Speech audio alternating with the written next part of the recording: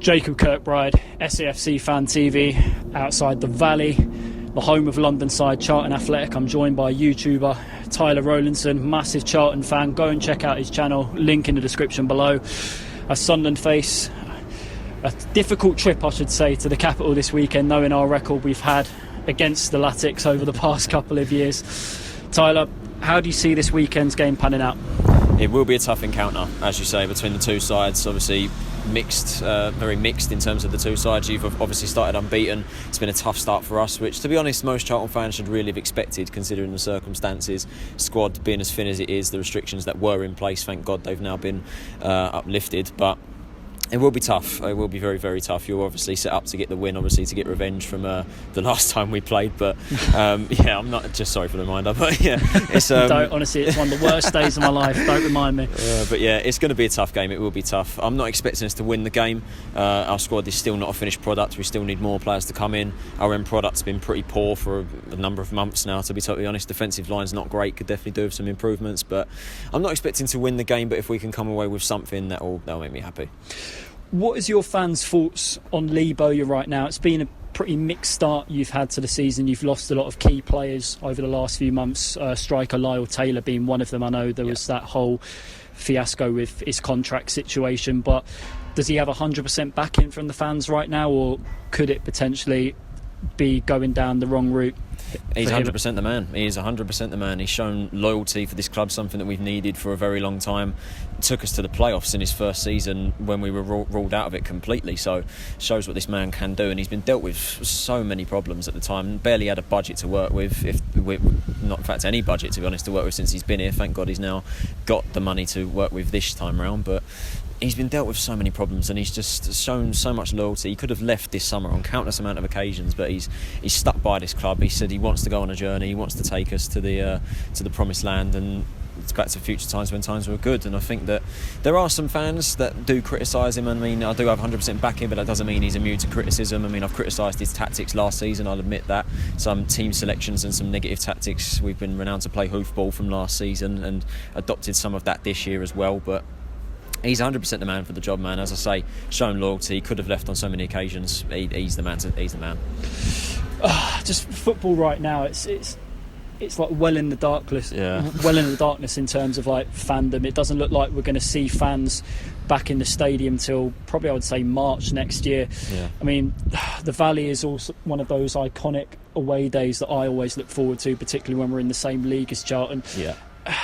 It's a very difficult time for the game right now, particularly when you look at it. How I see it is when fans will be allowed back in, it's going to be very hard to attract those ticket sales because they're going to be so used to been watching the game at home for the past few months. Yeah, it's a tough time for the footballing world. I mean, the last time I was here was March when we played Middlesbrough in the Championship, and as you say, with fans not being allowed back in stadiums till March, it means I won't have seen a game here for a year, which is it's sad. Well, it really is sad. We think about it. This is the first time I've seen this place since that game, so it's a real experience, but it's just not the same without fans in stadiums, and it's just a tough time. And as you say, ticket sales may well be. I mean, we're so accustomed to watching it from home now. I have done since we came back behind the closed doors period last season, but it's going to be a weird transition when fans do come back, and it obviously will take time to get accustomed to it. Obviously, what's going on in the world, like obviously the stadiums won't be filled to the max as soon as they come back. They'll obviously be like third capacity at least until they start to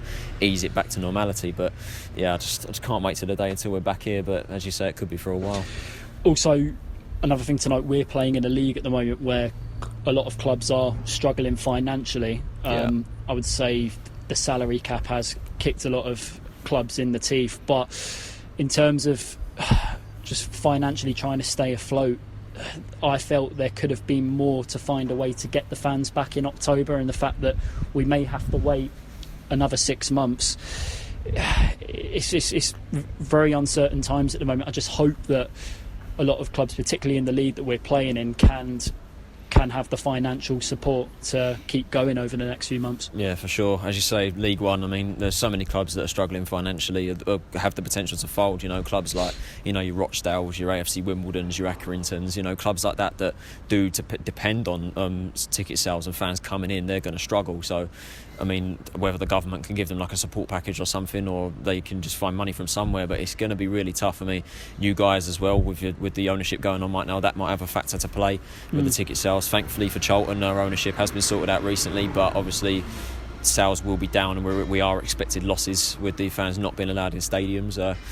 You know, I wish there was a way where fans could come back. You know, I mean, obviously we had a pilot event when we played Doncaster. We had 1,000 fans in, social distancing, and the event was a success. You know, fans left at different times. They abided by the rules, face masks all times, and it was a successful event. And I don't see why fans, more than 1,000 fans, and I think it's easy to social distance at the Valley, to be honest. And I think that. But yes, it's very uncertain times. I just hope, as you say, clubs like your Rochdales, your Accringtons, clubs that do depend on that sort of stuff can survive, and if not, it's going to make it very difficult for the league to finish. Yeah, I mean, that's what I was going to lead on to when you had fans back in for that Doncaster Rovers game here. Personally, I thought, looking at the images from when I watched the highlights of that game on the I thought it looked very organised, particularly was it those fans like right behind, I think it was at the stand over here. Yeah, it was in that stand and in the just west on the other stand side, as well. on the west stand. Yeah. Yeah. I thought it was very good on behalf of like the ownership of your club to try and sort that out. And I just feel, because if the extension wasn't made, this weekend would have been the weekend fans were allowed potentially back in. And what I don't get, someone made this debate on the radio the other day. People are allowed to go to pubs in an enclosed space, drink with people outside their bubble. Yeah. You don't have to wear masks, but you're not allowed to go to football games which are outside. You can easily socially distance if the ticketing system's in the right way. And also, I wouldn't say, obviously you made obviously the fans wear masks on the day, but because it's outside, there's less risk. Exactly. You know, I just feel there could have been a lot more to do that personally, and I just feel right now the fact that we're not going to get that for another 6 months, it's people are just going to be so used to just watching it on our TV screens. Football's going to change massively next year from top to bottom, I feel. Yes, exactly it. And going back onto the debate you're saying, I agree completely with that. I mean, I've been to pubs during this period, and there's so ram-packed in there on most occasions, and I just see like how you can allow people to drink. I mean, I know there's a curfew now that you shut at 10 p.m. and things like that, but like you're allowed to go to pubs outside bubbles now, but you can't watch a game at a football. Like the Valley holds 27,000 people. Like you can easily social distance across all 4 stands, like 9,000 people. Same with the Stadium of Light, 49,000, but more than capable of social distancing fans. But it's just that debate. Like you can go to pubs, schools are still open, which the social distancing is a problem there as well.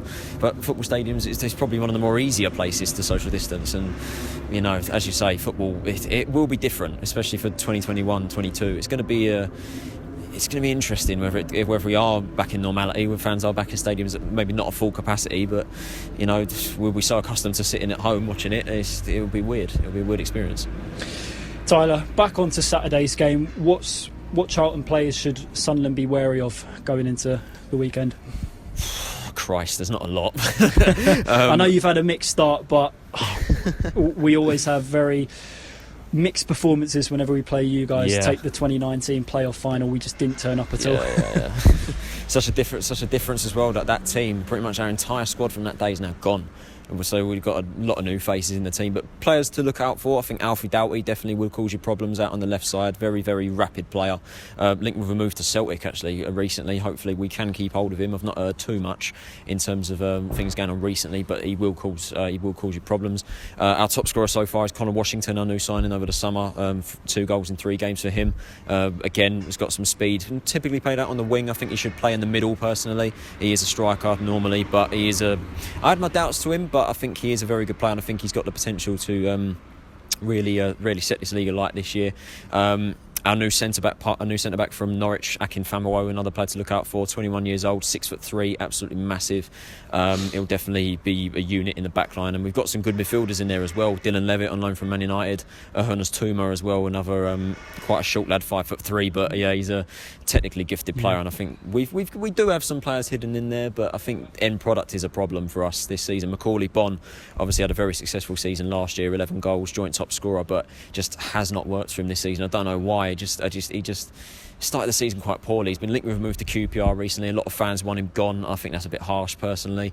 I would like him to stay, because I do think that if he can find his feet, he is a 15 to 20 goal League One scorer, but it just hasn't worked for him this season so far. But we do have players in there that can cause you problems. As you say, it's quite unpredictable when we do play each other, so we could come out the blocks guns blazing, or we could play the same as we have throughout this season.